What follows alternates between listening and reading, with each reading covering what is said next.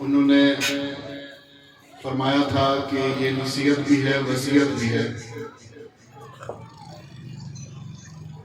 کیونکہ ہم گھر میں پنجابی بولتے ہیں تو انہوں نے پنجابی میں یقیناً میں وہی الفاظ دہراتا ہوں کہ چھوڑا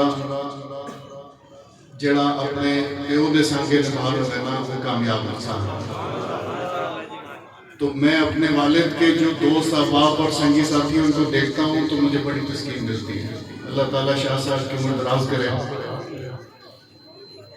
اب وہ ویڈیوز جن کا ذکر میں کرنے جا رہا ہوں کہ پچھلے 2-3 سالوں میں نے دیکھا ہے کہ نئی نئی چیزیں اور نئے نئے طریقہ کار شامل ہوتے جا رہے ہیں، اس طریقے سے غیر محسوس طریقے سے۔ میں بہت چھوٹا تھا، غالباً 2 سال بھی میری عمر نہیں ہوگی، جب میرے دادا کا وصال ہوا حضور شیخ الاسلام رحمۃ اللہ کا۔ تو آپ کے فرمان اور آپ کا جو طرز زندگی تھا وہ مجھے اپنے والد سے ہی ملا۔ میرے لیے حضور شیخ الاسلام بھی میرے والد ہیں، حضور میری شریعت بھی میرے والد ہیں۔ تو میں نے انہی سے جو چیز سیکھی اب میرے سامنے آئی، میں اس چیز کو مانتا ہوں۔ جو آج کل جو نئی چیزیں نکل پڑی، میں بلکہ پچھلے دنوں اپنے موجودہ حضرت صاحب کی خدمت میں حاضر تھا، تو میں نے ان سے بھی عرض کی اور میں نے ان سے اجازت لی کہ کوئی فوراً سٹیج ملتا ہے، مائک ملتا ہے تو میں اس چیز کا ذکر کروں گا۔ زیادہ تبیر ہو گئی۔ بات یہ ہے کہ آپ لوگوں نے دیکھا ہوگا کہ ہم بچپن سے جس طرح عید میلاد النبی کی خوشیاں مناتے چلے آ رہے ہیں، اس میں کچھ روایتی انداز ہے جو پوری دنیا میں ہے۔ ہم جلوس نکالتے ہیں، ہم صلاۃ والسلام پڑھتے ہیں، نعت کی محفلیں ہوتی ہیں، ذکر ہوتا ہے، اور اپنی خوشی کا اظہار کرنے کے لیے جھنڈیاں بھی لگتی ہیں، روشنیاں بھی لگاتے ہیں، برقی کمکمے بھی جلاتے ہیں۔ یہ کوئی نئی چیز نہیں ہے، یہ آقا سے غلامی کا اور ہماری خوشی کا اظہار ہے۔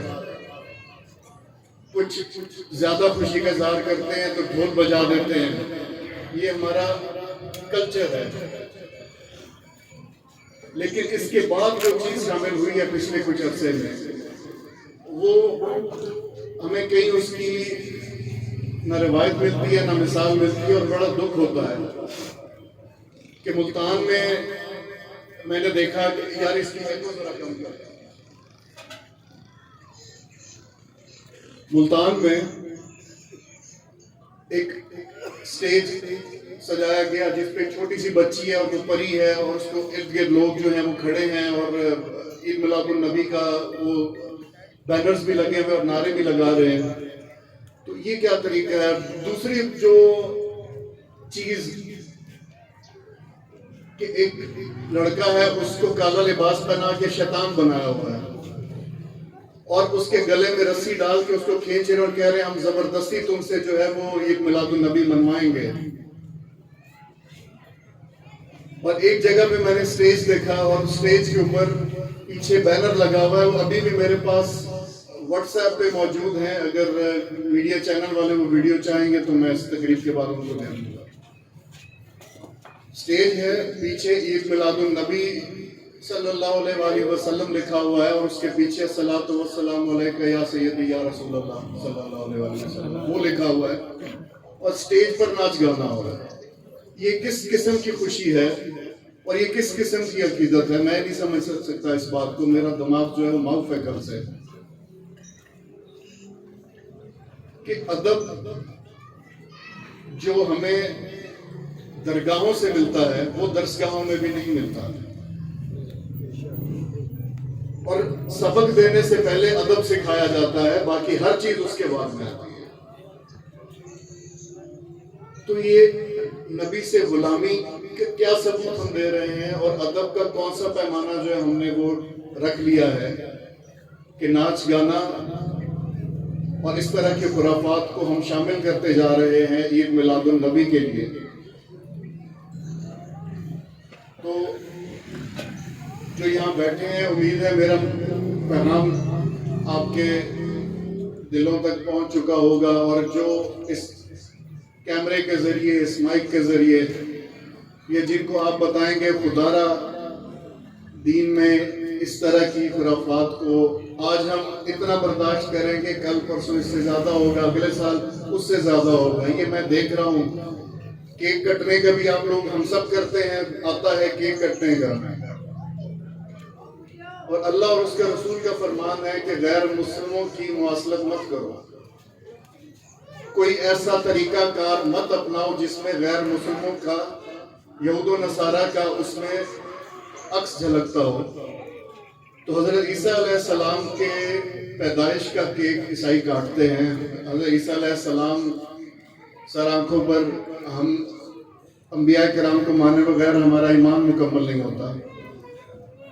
لیکن آقا کریم صلی اللہ علیہ وسلم کی یوم ولادت پر کیک کٹنے کا پچھلے چند سال سے پہلے دیکھا جائے تو یہ کسی قسم کا کوئی روایت موجود نہیں تھی. تو میں یہ چاہتا ہوں کہ ہمیں کوئی سازش ہے یا ہماری کم عقلی ہے، اس کو جو بھی نام دے دیں.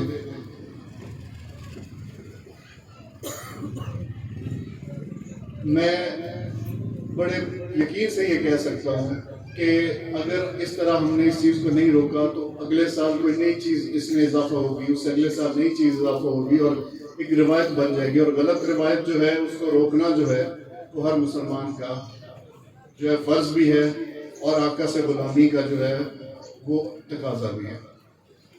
تو آج میں یہ گزارش کروں گا، فاؤنڈیشن کے حوالے سے باتیں کرنی تھی لیکن یہ میں زیادہ ضروری سمجھا. فاؤنڈیشن کے لیے میں یہ بتاتا چلوں کہ اپنے بھائیوں کی مدد اس طرح کریں. میں ہر جگہ پہ یہ بار بار ریکویسٹ کرتا ہوں کہ اس کی دل آزاری نہ ہو، اس کو شرمندگی نہ ہو، اور اس کو اپنے بھائی، رشتہ دار، محلے دار، پڑوسی کے سامنے سر جھکا کے نہ چلنا پڑے کہ ہم آٹے کا تھیلا دیتے ہیں یا گھی کا ڈبہ دیتے ہیں تو 10 لوگ دینے والے ہیں، ایک لینے والا ہے، فوٹو کھنچوا کے فیس بک پہ لگاتے ہیں. تو یہ شرمندگی بھی ہوتی ہے اور یہ حکم بھی نہیں ہے. میرے آقا کا حکم یہ ہے کہ دائیں ہاتھ سے دو تو بائیں ہاتھ کو پتہ نہ چلے. تو ہم نے بھی یہی کوشش کی ہے کہ ہم رات کے اندھیرے میں دروازوں پہ جا کے دستک دے کے رات کے اندھیرے میں راشن پہنچایا. کرونا کے جب شروع ہوا 2019 میں، دوائیں تھیں، کپڑے تھے، خوراک تھی، پکا ہوا کھانا تھا، خشک راشن تھا، جو بھی تھا. پڑوسی کو بھی الحمدللہ پتہ نہیں چلا، اس طرح جا کے کیا. تو یہی، اگر آپ ایک گولی کسی بیمار کو ایک گولی کا پتہ ہی دے دیتے ہیں یا اس کی عیادت کر لیتے ہیں جا کے، کیونکہ رات کے اندھیرے میں یا چپکے سے مدد کرنا مقصد اللہ کو راضی کرنا ہے، اور وہ ذات دیکھ رہی ہے، سمندر کی تہہ میں بھی دیکھ رہی ہے، پتھر کے سینے میں بھی دیکھ رہی ہے. تو ہم نے فیس بک پہ دکھا کہ اپنے اعمال ضائع مت کریں. بس یہی گزارش تھی. اب حلف برداری کا آغاز کرتے ہیں.